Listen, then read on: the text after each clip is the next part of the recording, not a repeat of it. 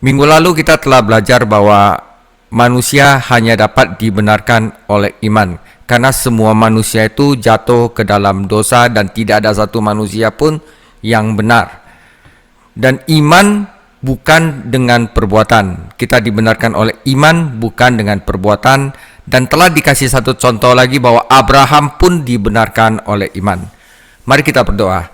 Tuhan Yesus, terima kasih bahwa Engkau telah memungkinkan kami manusia berdosa yang mana kami punya upah adalah maut, dapat hidup selama-lamanya dengan Engkau dengan iman percaya kepadamu. Engkau yang telah membenarkan kami, Engkau yang mati di kayu salib untuk kami, dan Engkau yang bangkit dari kematian dan juga bangkit dari kematian sehingga kami juga dapat hidup selama-lamanya dengan Engkau. Tuhan Yesus, betapa luar biasanya kasih-Mu. Hari ini kami akan belajar apa yang kami dapat dari pembenaran yang telah Engkau berikan kepada kami. Terima kasih Tuhan Yesus, biarlah kami tahu bahwa sebegitu besar berkat-berkat yang Engkau berikan kepada kami saat kami percaya iman kepadamu, Tuhan Yesus. Terima kasih Tuhan Yesus, dan jauhkanlah kami dari segala yang jahat. Lepaskanlah kami dari segala percobaan, karena Engkaulah yang punya kerajaan, kuasa, dan kemuliaan sampai selama-lamanya. Amin. Saudara, Roma itu adalah kitab logika. Maka kitab ini penuh dengan kata-kata oleh karena itu, sebab itu, karena ini, sebab itu. Nah, kita memiliki kata oleh karena itu tentang penghukuman dalam Roma 3 ayat 20, pembenaran dalam Roma 5 ayat 1, dan tidak ada penghukuman dalam Roma 8 ayat 1, dan penyerahan diri nanti di dalam Roma 12 ayat 1.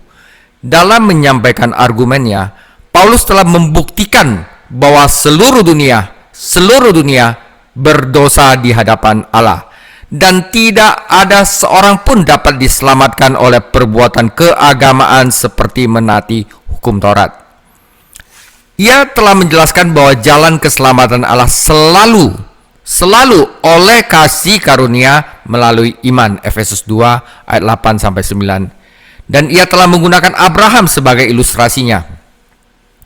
Jika pembaca surat ini berhenti di titik ini, ia sudah akan tahu bahwa ia perlu dan dapat diselamatkan. Tetapi masih banyak lagi yang perlu diketahui oleh orang berdosa tentang pembenaran melalui iman, justification by faith. Dapatkah ia yakin bahwa itu akan bertahan lama? Bagaimana mungkin Allah menyelamatkan orang berdosa melalui kematian Kristus di kayu salib? Roma 5 adalah penjelasan Paulus tentang dua kata terakhir dalam Roma 4, pembenaran kita. Ia menjelaskan dua kebenaran mendasar. Yang pertama adalah berkat-berkat pembenaran kita. Jadi apa yang kita dapat dari pembenaran kita, hasil pembenaran kita.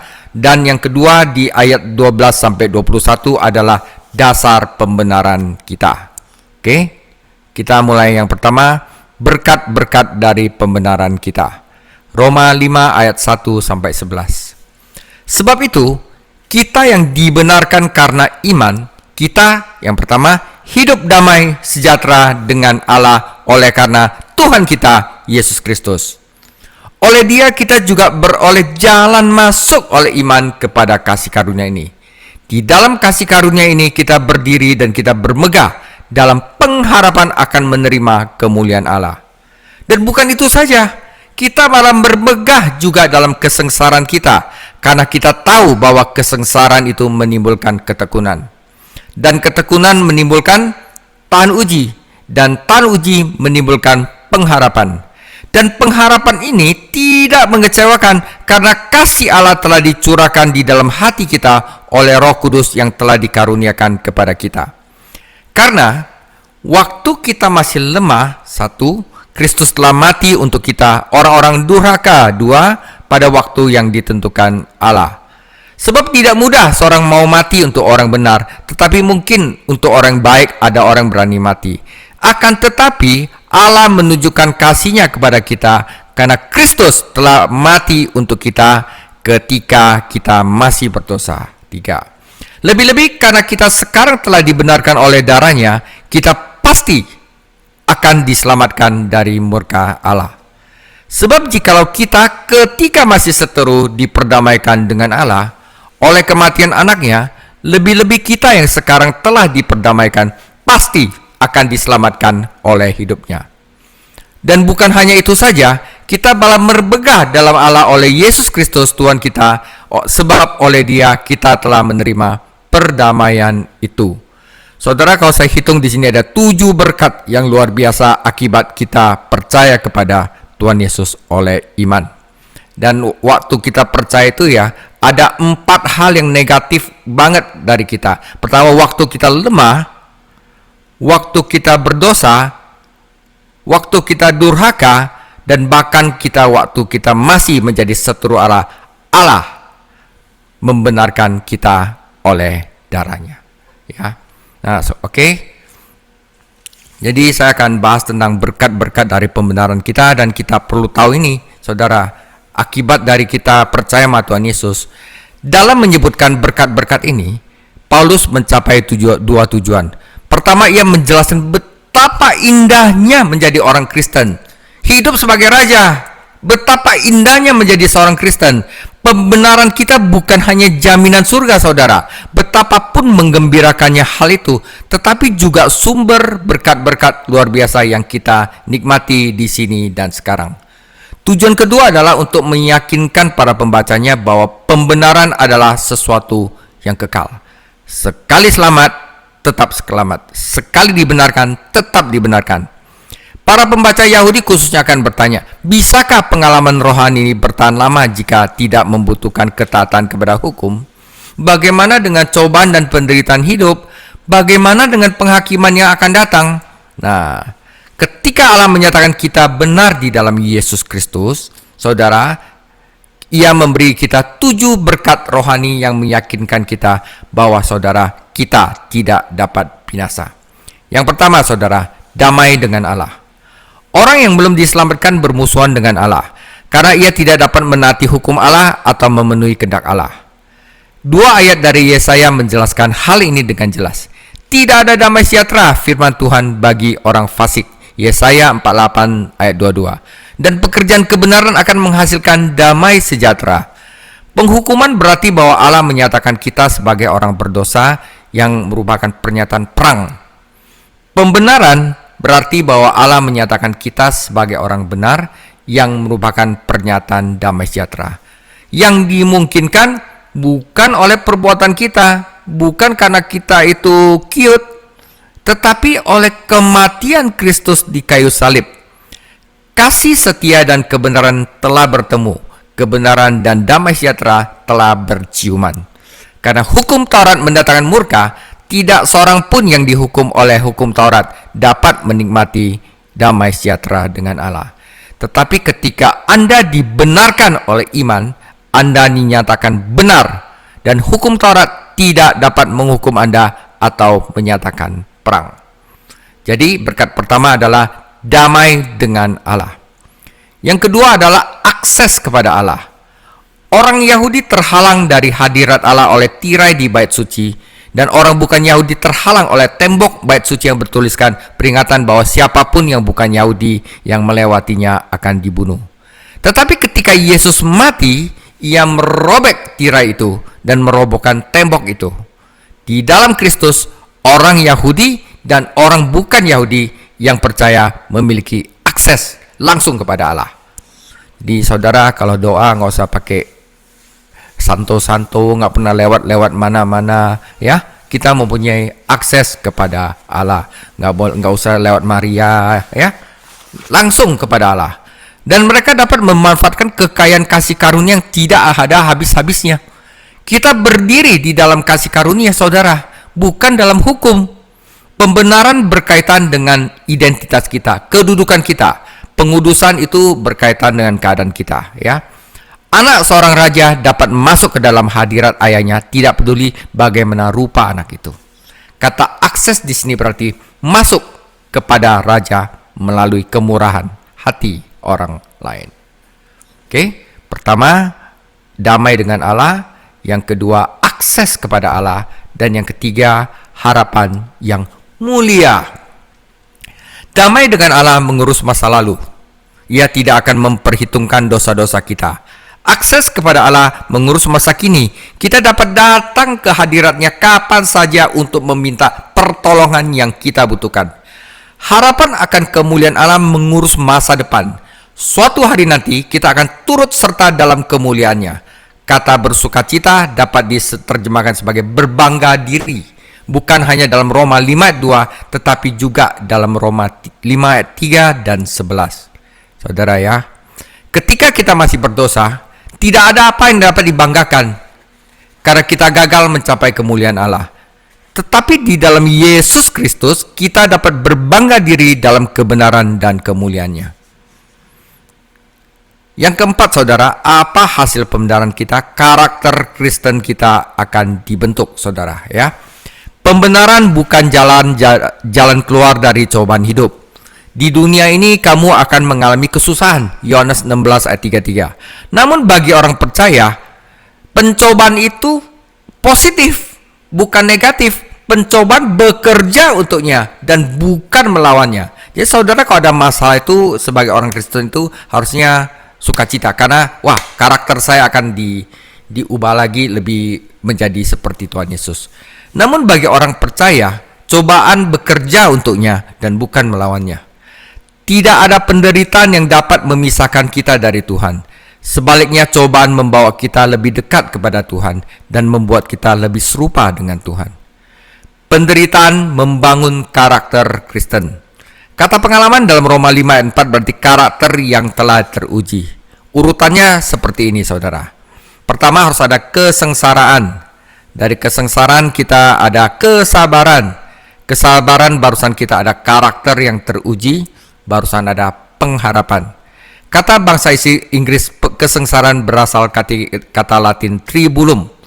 Pada zaman Paulus, tribulum adalah sepotong kayu berat dengan paku di dalamnya yang digunakan untuk menggirik gandum. Tribulum ditarik di atas gandum dan memisahkan gandum dari sekam. Saat kita melewati kesengsaraan dan bergantung pada kasih karunia Allah, cobaan hanya akan memurnikan kita seperti sekam dibersihkan dari gandum dan membantu menyingkirkan sekam. Ya, di sini ada permainan kata di sini ya. 5. Kita mempunyai kasih Allah di dalam hati. Harapan yang ditunda membuat hati sakit.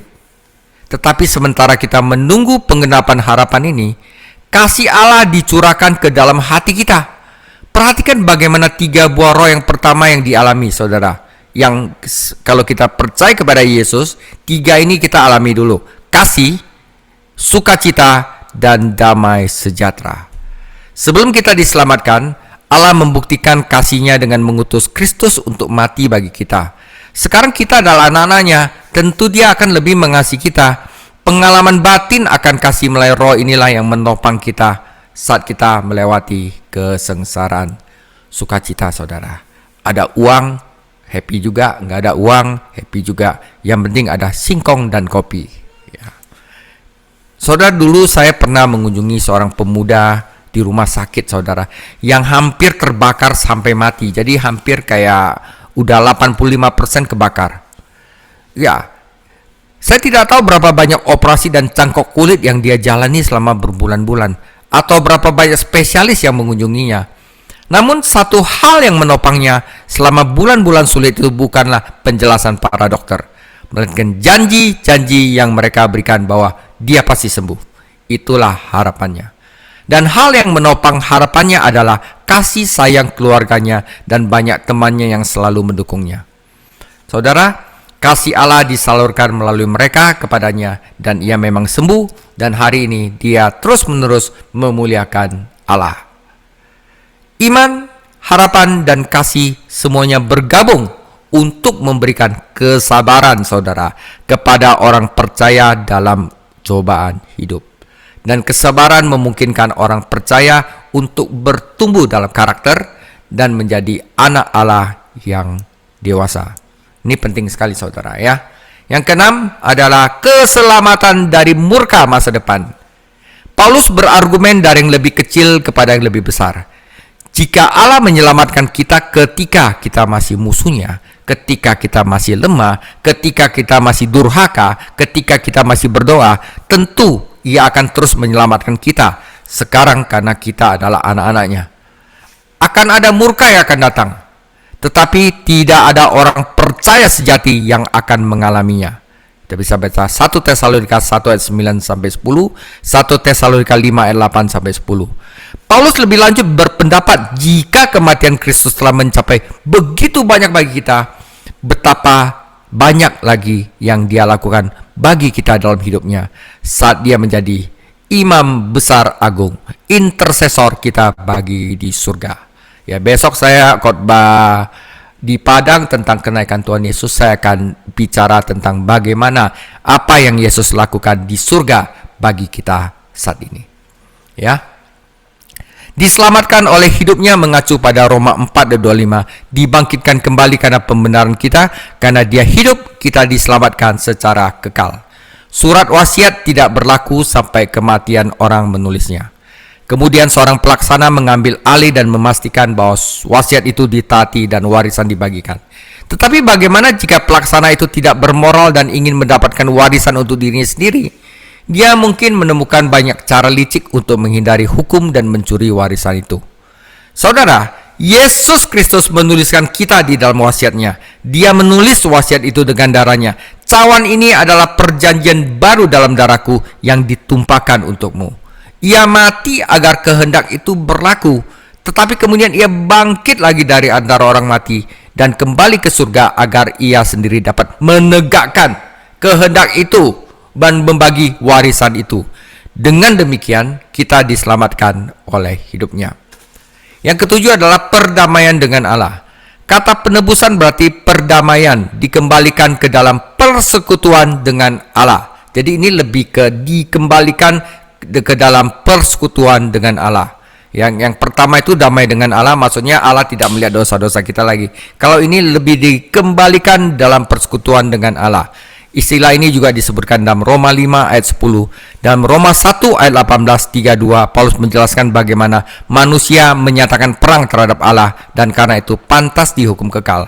Tetapi Allah tidak menyatakan perang terhadap umat manusia. Sebaliknya Ia mengutus anaknya sebagai pembawa damai agar manusia dapat dimerdamaikan dengan Allah.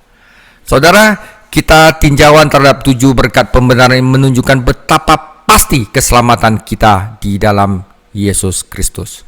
Terlepas semuanya dari hukum, semata-mata oleh kasih karunia, kita memiliki keselamatan yang mencakup masa lalu, masa kini, masa depan. Karakter kita dibentuk menjadi seperti Yesus. Itu semua bukti bahwa Anda dapat yakin bahwa Anda dapat diselamatkan.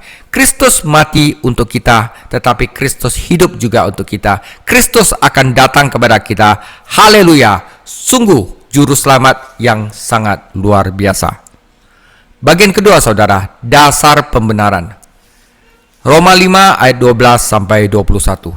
Sebab itu, saudara mulai ya, sebab itu sama seperti dosa telah masuk ke dunia oleh satu orang dan oleh dosa itu juga maut, demikian maut itu telah menjalar kepada semua orang karena semua orang telah berbuat dosa.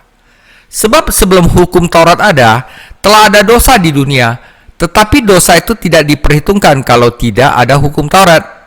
Sungguh demikian maut telah berkuasa dari zaman Adam sampai ke zaman Musa juga atas mereka yang tidak berbuat dosa dengan cara yang sama seperti yang telah dibuat Adam, yang adalah gambaran Dia yang akan datang. Tetapi kasih karunia tidaklah sama dengan pelanggaran Adam. Sebab jika karena pelanggaran satu orang semua orang jatuh ke dalam kuasa maut, jauh lebih besar lagi kasih karunia Allah dan karunia-Nya yang dilimpahkan ke atas semua orang karena satu orang, yaitu Yesus Kristus. Dan kasih karunia tidak berimbangan dengan dosa satu orang, sebab penghakiman atas satu pelanggaran itu telah mengakibatkan penghukuman, tetapi penganugerahan karunia atas banyak pelanggaran itu mengakibatkan pembenaran. Sebab jika oleh dosa satu orang maut telah berkuasa oleh satu orang itu, maka lebih benar lagi pada mereka yang telah menerima kelimpahan kasih karunia dan anugerah kebenaran akan hidup dan berkuasa oleh karena satu orang itu juga, yaitu Yesus Kristus. Sebab itu, Sama seperti oleh satu pelanggaran semua orang beroleh penghukuman, demikian pula oleh satu perbuatan kebenaran semua orang beroleh pembenaran untuk hidup. Jadi sama seperti oleh ketidaktaatan satu orang semua orang telah menjadi orang berdosa, demikian pula oleh ketaatan satu orang semua orang menjadi orang benar. Tetapi hukum Taurat ditambahkan supaya pelanggaran menjadi semakin banyak, dan di mana dosa bertambah, di sana kasih karunia menjadi berlimpah-limpah. Supaya sama seperti dosa berkuasa dalam alam maut, demikian kasih karunia akan berkuasa oleh kebenaran untuk hidup yang kekal oleh Yesus Kristus Tuhan kita. Saudara bingung ya, saya jelasin, ini adalah dasar pembenaran kita. Bagaimana mungkin satu orang Yesus Kristus yang mati di kayu salib bisa membenarkan kita semua? Pertanyaan seperti itu ya. Bagaimana mungkin Allah menyelamatkan orang berdosa dalam pribadi Yesus Kristus? Kita memahami bahwa Kristus menggantikan tempat kita di kayu salib. Tetapi bagaimana penggantian seperti itu mungkin terjadi? Nah, Paulus menjawab pertanyaan ini dalam bagian ini, dan ayat-ayat ini adalah inti dari surat tersebut. Saudara, untuk memahami ayat-ayat ini, beberapa kebenaran umum tentang bagian ini perlu dipahami. Pertama, perhatikan pengulangan kata satu. Ya, kata ini digunakan 11 kali. Gagasan kuncinya di sini adalah identifikasi kita dengan Adam dan juga dengan Yesus Kristus. Kedua, perhatikan pengulangan kata memerintah yang digunakan 5 kali. Paulus melihat dua orang, Adam dan Yesus Kristus, masing-masing memerintah atas semua kerajaan. Terakhir, perhatikan frasa jauh lebih banyak diulang 5 kali. Ini berarti bahwa Yesus Kristus telah memperoleh jauh lebih banyak daripada yang pernah kita hilangkan dari Adam. Oke? Singkatnya, bagian ini adalah perbandingan antara Adam dan Yesus. Adam diberi kekuasaan atas ciptaan nama, ia berdosa dan ia kehilangan kerajaannya. Karena dosa Adam, satu orang, seluruh umat manusia berada dalam hukuman dan kematian. Kristus Yesus datang sebagai raja atas ciptaan baru. Melalui ketataannya di kayu salib, ia mendatangkan kebenaran dan pembenaran. Kristus tidak hanya membatalkan semua kerusakan yang disebabkan oleh dosa Adam, tetapi saudara, ia juga mencapai jauh lebih banyak dengan menjadikan kita anak-anak Allah. Sebagian dari jauh lebih banyak ini telah dijelaskan Paulus di dalam Roma 5 ayat 1-11. Orang-orang skeptis bertanya, apakah adil bagi Allah untuk menghukum dunia hanya karena ketidaktaatan satu orang? Apakah adil bagi Allah untuk menghukum seluruh dunia hanya karena Adam berdosa? Kira-kira gitu. Jawabannya tentu saja adalah bahwa itu bukan hanya adil, tetapi juga bijaksana dan penuh kasih karunia. Pertama-tama, jika Allah menguji setiap manusia secara individual, hasilnya akan sama, ketidaktaatan. Jadi kita jangan, masa gara-gara Adam berbuat dosa kita juga kena semua. Saudara, kalau misalnya kita semua diuji satu-satu, kita semua juga sama, ketidaktaatan. Tetapi yang lebih penting lagi, dengan menghukum seluruh umat manusia melalui satu orang Adam, Allah kemudian dapat menyelamatkan seluruh umat manusia melalui satu manusia, yaitu Yesus Kristus. Kita masing-masing secara ras, yaitu manusia, dipersatukan dengan Adam, sehingga perbuatannya mempengaruhi kita. Ya, malaikat-malaikat yang jatuh tidak bisa diselamatkan karena mereka bukan suatu ras. Mereka dosanya sendiri-sendiri secara individual. Mereka berdosa secara individual dan dihakimi secara individu. Tidak mungkin ada wakil yang dapat mengambil alih penghakiman mereka dan menyelamatkan mereka. Oleh sebab itu malaikat tidak bisa diselamatkan. Tetapi manusia bisa, karena oleh karena satu orang berdosa, tetapi ada satu orang yang juga membenarkan mereka. Tapi karena Anda dan saya tersesat di dalam Anda, kepala ras kita dapat diselamatkan oleh Kristus, yaitu kepala ciptaan baru. Rencana Allah ini penuh kasih karunia dan bijaksana. Cuman hati kita ya kadang-kadang gitu loh. Ya kan, udah dikasih solusinya untuk hidup kekal, kita malah nggak mau percaya kepada Yesus Kristus. Itu bodoh, saudara. Pertanyaan terakhir yang harus kita jawab, bagaimana kita tahu bahwa kita secara ras bersatu dengan Adam? Jawabannya ada di Roma 5 ayat 12-14 dan argumennya seperti ini. Kita tahu bahwa semua manusia mati, tetapi kematian adalah akibat dari ketidaktaatan terhadap hukum. Tidak ada hukum dari Adam sampai Musa, tetapi manusia tetap mati. Hasil umum membutuhkan penyebab umum. Apa penyebab itu? Hanya ada satu hal, ketidaktaatan Adam. Ketika Adam berdosa, ia mati, seluruh keturunannya mati, namun hukum belum diberikan. Kesimpulannya, mereka mati karena dosa Adam. Ya, seperti yang kita telah pelajari, semua orang telah berdosa, berarti artinya adalah semua orang telah berdosa di dalam dosa Adam. Manusia tidak mati karena perbuatan dosa mereka sendiri. Jika tidak, bayi tidak akan mati. Manusia mati karena mereka dipersatukan secara rasial dengan Adam. Dan dalam Adam, kalau kita manusia, kita semua akan mati.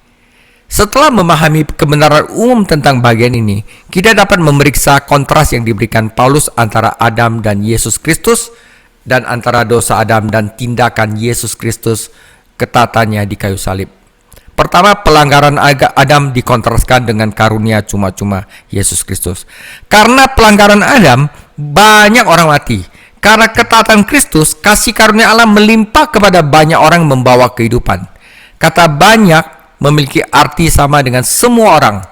Perhatikan kata jauh lebih banyak, karena kasih karena Kristus tidak hanya membawa kehidupan jasmani, tetapi juga kehidupan rohani dan kehidupan yang berkelimpahan. Kristus telah menaklukkan kematian dan suatu hari nanti akan membangkitkan tubuh semua orang mati di dalam Kristus. Jika Yesus berhenti di situ saja, ia hanya akan membalikkan dampak dosa Adam. Tetapi ia melanjutkan untuk melakukan jauh lebih banyak. Ia memberikan hidup kekal yang secara berkelimpahan kepada semua orang yang percaya kepadanya. Kemuliaan masa depan itu akan jauh lebih dari apa kita pikirkan, dan tidak ada apa-apanya dengan penderitaan di dunia pada masa kini. Ya, harusnya kita hidup seperti raja karena kita tahu kemuliaan yang kita dapat itu luar biasa sekali, saudara. Dampak dosa Adam dikontraskan dengan dampak ketaatan Kristus. Dosa Adam mendatangkan penghakiman dan kutukan, tetapi karya Kristus di kayu salib mendatangkan pembenaran. Ketika Adam berdosa, ia dinyatakan tidak benar dan terkutuk. Tetapi ketika seorang berdosa percaya kepada Yesus Kristus, ia dibenarkan, yaitu dinyatakan benar di dalam Kristus. Saudara, kedua pemerintahan tersebut dikontraskan. Karena ketidaktaatan Adam, kematian yang berkuasa. Itu pemerintahan, saudara. Bacalah kitab silsilah Adam dari Kejadian 5 dan perhatikan pengulangan yang sungguh-sungguh dari frasa, dan setelah itu ia mati.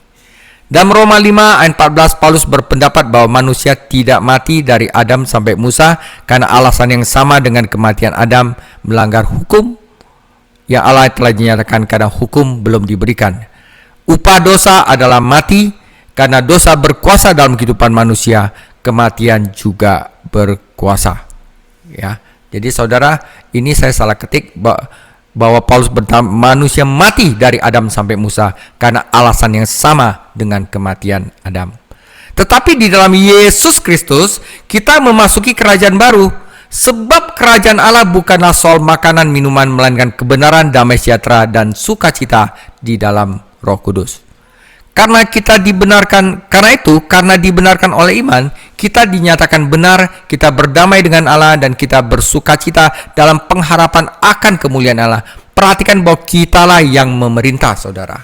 Jauh lebih besar lagi, mereka akan memerintah dalam hidup oleh karena satu orang, yaitu Yesus Kristus. Di dalam Adam, kita kehilangan kekuasaan kita sebagai raja. Tetapi di dalam Yesus Kristus, kita akan memerintah sebagai raja. Nah itu saudara-saudara, hiduplah sebagai raja. Dan kita memerintah jauh lebih besar. Pemerintahan rohani kita jauh lebih besar daripada pemerintahan duniawi Adam.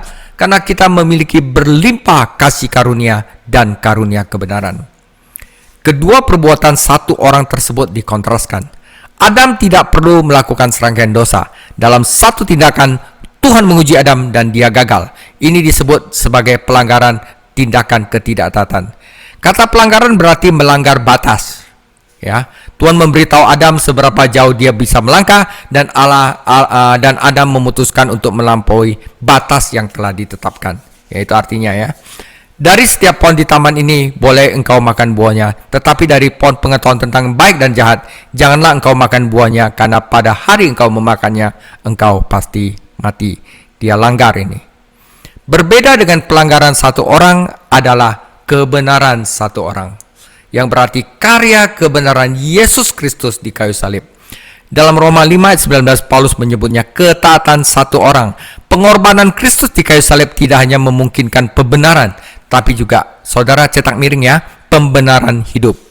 Pembenaran bukanlah sekedar istilah hukum yang menggambarkan posisi kita di hadapan Allah. Seolah-olah saya tidak berdosa nih, saya tetap berdosa, tetapi karena Yesus Kristus punya kebenaran dikreditkan ke dalam rekening kita. Ya, tetapi menghasilkan jenis kehidupan tertentu. Pembenaran hidup dalam Roma 5 ayat 18 sejajar dengan dijadikan benar dalam Roma 5 ayat 19. Dengan kata lain, pembenaran kita adalah hasil dari persatuan yang hidup dengan Yesus Kristus. Dan persatuan ini seharusnya menghasilkan jenis kehidupan yang baru. Kehidupan yang benar dan taat kepada Allah. Persatuan kita dengan Adam menjadikan kita berdosa. Persatuan kita dengan Yesus Kristus memungkinkan kita untuk memerintah dalam hidup. Hukum dan kasih karunia dikontraskan. Kemudian hukum masuk dari samping. Kasih karunia bukanlah tambahan rencana Allah. Kasih karunia adalah bagian dari rencana Allah sejak awal. Allah berurusan dengan Adam dan Hawa di dalam kasih karunia. Dia berurusan dengan para bapak leluhur dalam kasih karunia. Dan dia juga berurusan dengan bangsa Israel dalam kasih karunia. Ia memberikan hukum Taurat kepada Musa bukan untuk menggantikan kasih karunia-Nya, tetapi untuk mengungkapkan kebutuhan manusia akan kasih karunia. Hukum Taurat bersifat sementara, tetapi kasih karunia itu kekal. Namun sementara hukum Taurat menyebabkan dosa manusia bertambah, kasih karunia Allah melimpah lebih banyak lagi. Kasih karunia Allah lebih dari cukup untuk mengatasi dosa manusia. Meskipun dosa dan kematian masih berkuasa di dunia ini, kasih karunia Allah juga berkuasa melalui kebenaran Yesus Kristus. Tubuh orang Kristen tunduk pada kematian dan sifat lamanya menggoda dia untuk berbuat dosa. Tetapi di dalam Yesus Kristus ia dapat berkuasa dalam hidup, karena ia adalah bagian dari kerajaan Kristus yang penuh kasih karunia. Sebuah kisah perjanjian lama membantu kita memahami konflik antara dua pemerintahan di dunia ini. Allah menolak Saul sebagai raja Israel dan mengurapi Daud. Mereka mempercayai Daud akhirnya berbagi kerajaan damai dan sukacitanya. Mereka yang mempercayai Saul berakhir dalam rasa malu dan kekalahan. Seperti Daud, Yesus Kristus adalah raja yang diurapi Allah. Seperti Saul, setan masih bebas untuk bekerja di dunia ini dan berusaha memenangkan kesetiaan manusia. Dosa dan kematian berkuasa di ciptaan lama yang Adam adalah kepalanya. Tetapi kasih karunia dan kebenaran berkuasa di ciptaan baru yang Yesus Kristus adalah kepalanya. Dan ketika kita menyerahkan diri kita kepada Yesus Kristus, kita berkuasa dalam hidup. Ya saudara, penutup, dalam Roma 14, Adam disebut gambaran dia yang akan datang. Adam adalah sebuah tipe atau gambaran Yesus Kristus. Adam berasal dari bumi, tetapi Yesus adalah dari surga. Adam diuji di sebuah taman, dikelilingi oleh keindahan dan kasih. Yesus dicobai di padang gurun, tersiksa di dalam sebuah taman, dan ia mati di kayu salib yang kejam, dikelilingi oleh kebencian dan keburukan. Adam adalah seorang pencuri, diusir dari Firdaus, tetapi Yesus Kristus berpaling kepada seorang pencuri dan berkata, "Hari ini engkau akan bersama aku di Firdaus." Perjanjian lama adalah kitab keturunan Adam dan berakhir dengan kutukan di Malaki, ya. Perjanjian baru adalah kitab keturunan Yesus Kristus dan berakhir dengan tidak ada lagi kutukan. Wahyu 22 ayat 3. Saudara, kita semua lahir sebagai manusia. Kita tidak bisa menghindari berada di dalam Adam. Karena ini terjadi melalui kelahiran pertama kita. Air ketuban, lahir dari air yang tidak dapat Anda kendalikan. Tetapi Anda dapat menghindari tetap berada di Adam itu, Anda dapat menghindari karena Anda dapat mengalami kelahiran kedua, yaitu lahir dari roh, kelahiran baru dari atas, ya. Kata anoten itu dari atas yang menempatkan Anda di dalam Yesus Kristus. Saudara, salah satu cara kita dapat diselamatin, kita udah lihat berkatnya begitu berlimpah, ya. Kita tahu bahwa hanya Yesus yang merupakan Adam kedua, Adam terakhir. Itu kita percaya kepadanya, kita dapat hidup kekal selamanya dan bahkan hidup dalam kelimpahan. Itu sebabnya Yesus berkata, kamu harus dilahirkan kembali. Yohanes 3 ayat 7. Tuhan Yesus memberkati. Minggu depan kita akan bahas Roma 6. Jadi Roma 6, 7, 8 itu satu paket, saudara, ya. Mati untuk hidup. Tuhan Yesus memberkati.